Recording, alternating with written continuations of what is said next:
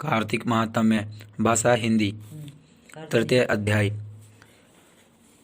बोलो ठाकुर जी महाराज की जय। सत्यभामा बोली, हे प्रभु, आप तीनों काल स्वरूप और काल के सभी भाग सम हैं, फिर कार्तिक मास उत्तम क्यों है?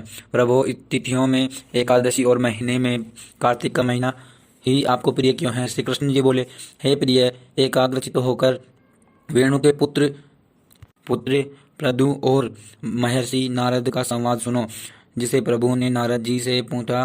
तब नारद जी ने कार्तिक मास की महिमा बताई। नारद जी बोले, सागर का पुत्र शंख नामक राक्षस त्रिलोक को मथने में समर्थ हुआ, जिससे सभी देवताओं को स्वर्ग से निकालकर इंद्रादि को अधिकार छीन लिए गए। सभी देवताओं के डर मारे अपने स्त्री पुत्रों सहित बहुत दिनों तक सुमेरु पर्वत की गुफा में रहते जब देवताओं गुफाओं में रह रहे थे, तब शंखासुर ने सोचा कि मेरे देवताओं को जीतने पर भी वे बलवान हैं। ऐसा मालूम होता है कि ऐसा वेद मंत्रों से युक्त होने के कारण है, अतः वेद मंत्रों के हरण से वे बलहीन हो जाएंगे। यह सोचकर वह असुर विष्णु भगवान को नींद में देख स्वयं भू ब्रह्मा जी के लोक से वेदों को निकाल चलाने को तत्पर हुआ। तब वे भय के कारण यज्ञादि के मंत्र और बीजों सहित जल में प्रवेश कर गए। तब तो शंखासुर भी उन्हें ढूंढता और समुद्र में घूमने लगा, परंतु वेद कहीं भी प्राप्त न हुए। पीछे से ब्रह्मा जी सभी देवताओं को संग लेकर पूजा सामग्री इकट्ठी कर बैकुंठ में भगवान विष्णु की शरण में गए। वहां उनके जगने के लिए सब देवताओं का गाना बजाना लगा हुआ था। धूप देने लगे। उनकी भक्ति में संतुष्टि होकर भगवान जा गए। तब सभी देवताओं ने दर्शन कर षोडोपचार से पूजा व षडांग दंडवत की। तब भगवान विष्णु उनसे कहने लगे, हे देवताओं, मैं तुम्हारी पूजा आदि मांगलिक कार्यों से प्रसन्न हूँ और तुम्हारी अभिलाषा पूर्ण करने का वरदान देता हूँ।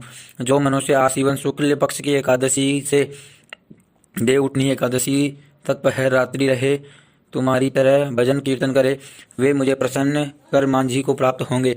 मेरे लिए हुए पाद्य अर्घ आचमना आदि अनंत गुण होकर तुम्हारे सुख का कारण होंगे। शंखासुर द्वारा हरण किए हुए जल में स्थित वेदों को शंखासुर को मार डाला।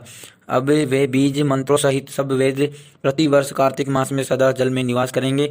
मैं आज से जल में रहूंगा। तुम लोग भी संपूर्ण मुनियों सहित मेरे साथ आओ। इस लोक में जो मनुष्य प्रातःकाल स्नान करते हैं, वे अज्ञात अमृत स्थान का फल प्राप्त करते हैं। जो कार्तिक में व्रत करते हैं, उनके हे इंद्र, तुम मेरे लोक में पहुंचाना। तुम सदा विघ्नों से रक्षा करना। हे वरुण, तुम उनके पुत्र आदि देना।